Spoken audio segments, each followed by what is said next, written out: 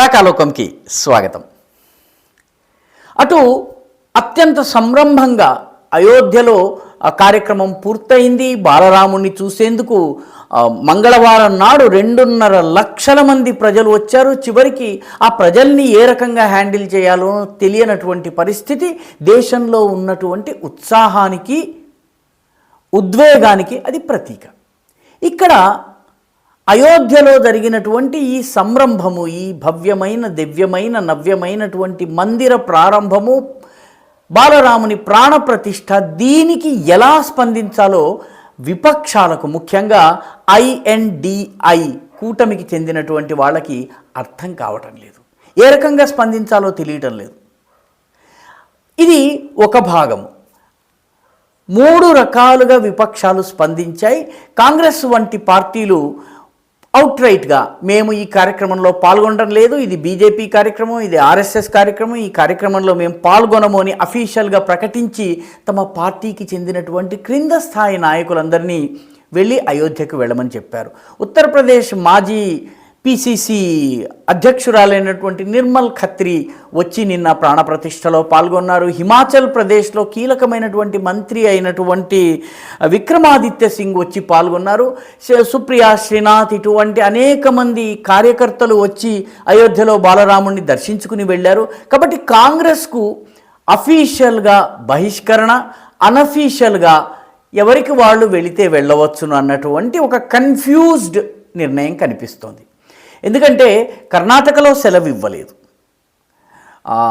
తెలంగాణలో సెలవు ఇవ్వలేదు, హిమాచల్ ప్రదేశ్లో మాత్రం రాష్ట్ర ప్రభుత్వము జనవరి 22న సెలవు ప్రకటించేసింది. కాబట్టి కాంగ్రెస్ పార్టీ టోటల్ కన్ఫ్యూజన్లో ఉంది. రెండవది, DMK లెఫ్ట్ వంటి పార్టీలు పూర్తిగా మాకు మతంతో సంబంధం లేదు, మేము మతాన్ని గుర్తించము అని చెప్పి, మేము ఇర్రిలీజియస్, మాకు ఏ మతము లేదు, we don't have any religion అని చెప్తూ వాళ్ళు పూర్తిగా ఈ కార్యక్రమానికి దూరంగా ఉన్నారు. లెఫ్ట్ పార్టీ అయితే పూర్తిగా దీన్ని వ్యతిరేకించింది. DMK తాను వ్యతిరేకించటమే కాక తమిళనాడులో ఉన్నటువంటి దేవాదాయ ధర్మాదాయ శాఖ అధీనంలో ఉన్నటువంటి దేవాలయాలలో లైవ్ టెలికాస్ట్ని అనఫీషియల్గా నిషేధించింది. ఇది 2వ తరహా స్పందన. 3వ తరహా స్పందన అరవింద్ కేజ్రీవాల్, మమతా బెనర్జీ వంటి వాళ్ళు కనబరిచారు.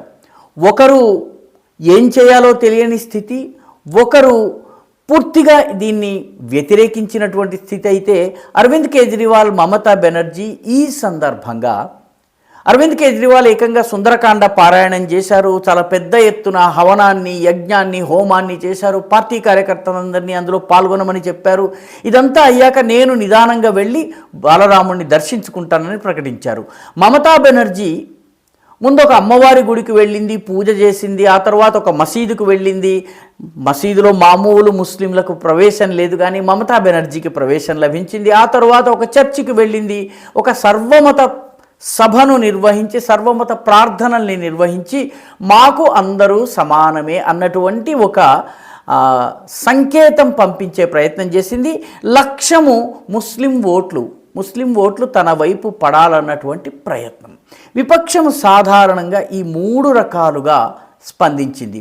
పూర్తిగా వ్యతిరేకించటము, లేదా వ్యతిరేకించదో తెలియనటువంటి పరిస్థితి, లేదా మేము నెహ్రూ గారికి మార్కు పాతకాలపు సెక్యులరిజం ఏదైతే ఉందో, కుహనా సెక్యులరిజం, దాన్ని ఓపెన్గా పాటిస్తామని చెప్పడం.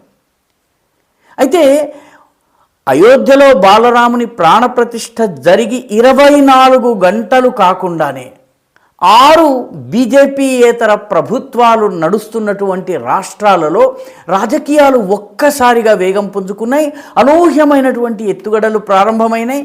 ఈ 6 రాష్ట్రాల్లో ప్రభుత్వం ఇప్పుడున్న పరిస్థితిలో ఉంటుందా, లేకపోతే పెను మార్పులు సంభవిస్తాయా? 2024 ఎన్నికల నాటికి ఈ రాష్ట్రాల్లో పరిస్థితులు ఏ మార్పులు చెందుతాయన్నది అర్థం కానటువంటి పరిస్థితి ఉంది.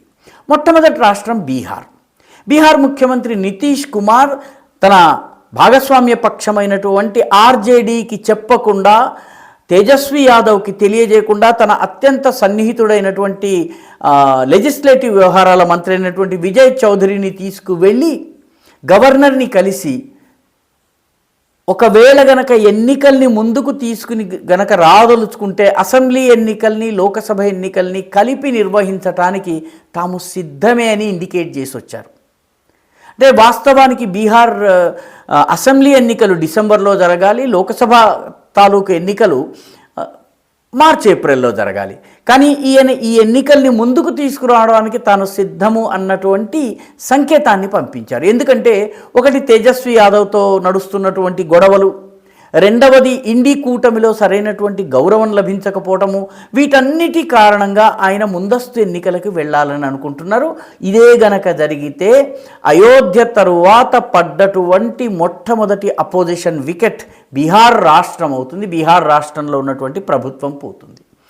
రెండవది హిమాచల్ ప్రదేశ్లో బీజేపీకి కాంగ్రెస్ పార్టీకి మధ్య ఓట్ల తేడా 0.9% మాత్రమే.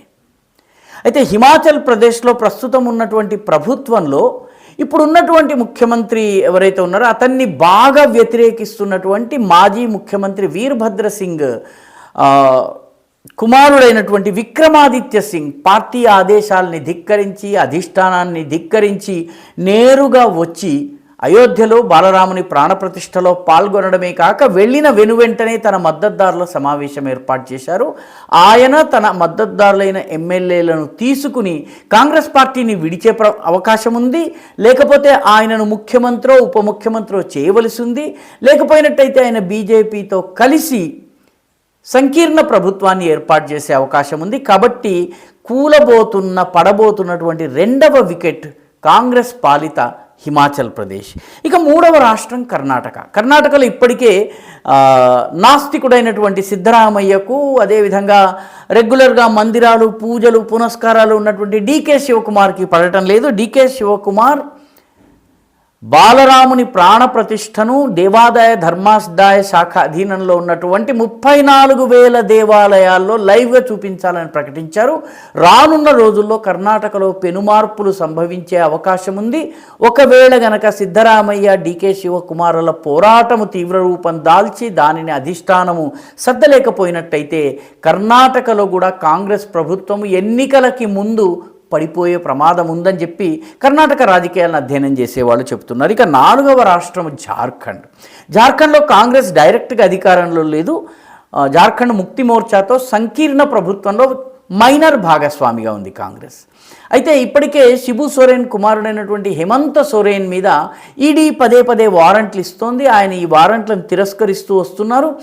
దీని కారణంగా ఇప్పుడు కోర్టు ద్వారా వారెంట్ను తీసుకుని ఈడీ ఆయన దగ్గరికి వెళ్ళబోతోంది. ఇదే గనక జరిగినట్టయితే ఆయనను పక్కన పెట్టి వేరే పార్టీలు అధికారం చెలాయించే అవకాశం ఉంది. కాబట్టి ఆయన కూడా ఈ ఏడాది చివరిలో జరిగేటటువంటి అసెంబ్లీ ఎన్నికలకి రంగం సిద్ధం చేసుకుంటూ ఆయన కూడాను అసెంబ్లీని డిజాల్వ్ చేసి కేర్ టేకర్ ప్రైమ్ మినిస్టర్గా ఉండే అవకాశం ఉంది. ఇక ఐదవ రాష్ట్రము కేజ్రీవాల్ మీద కోర్టు వారెంట్ ఉంది. ఆయన గనక అరెస్ట్ అయినట్టయితే మొత్తము ఆమ్ ఆద్మీ పార్టీ రాజకీయాలు, ఢిల్లీ రాజకీయాలు పూర్తిగా మారిపోతాయి. చిట్ట చివరిది మమతా దీదీకి ముస్లిం ఓట్లు కావాలి, అలాగని హిందూ ఓట్లను కోల్పోవడానికి ఇష్టం లేదు. కాబట్టి ఆమె చాలా టైట్ రోప్ వాక్ చేస్తోంది. అదే సమయంలో ఆమె లెఫ్ట్ని, కాంగ్రెస్ని అణగదొక్కి ఇండి కూటమిలో ఒక కీలకమైనటువంటి నాయకురాలుగా ఎదగాలని ప్రయత్నిస్తోంది.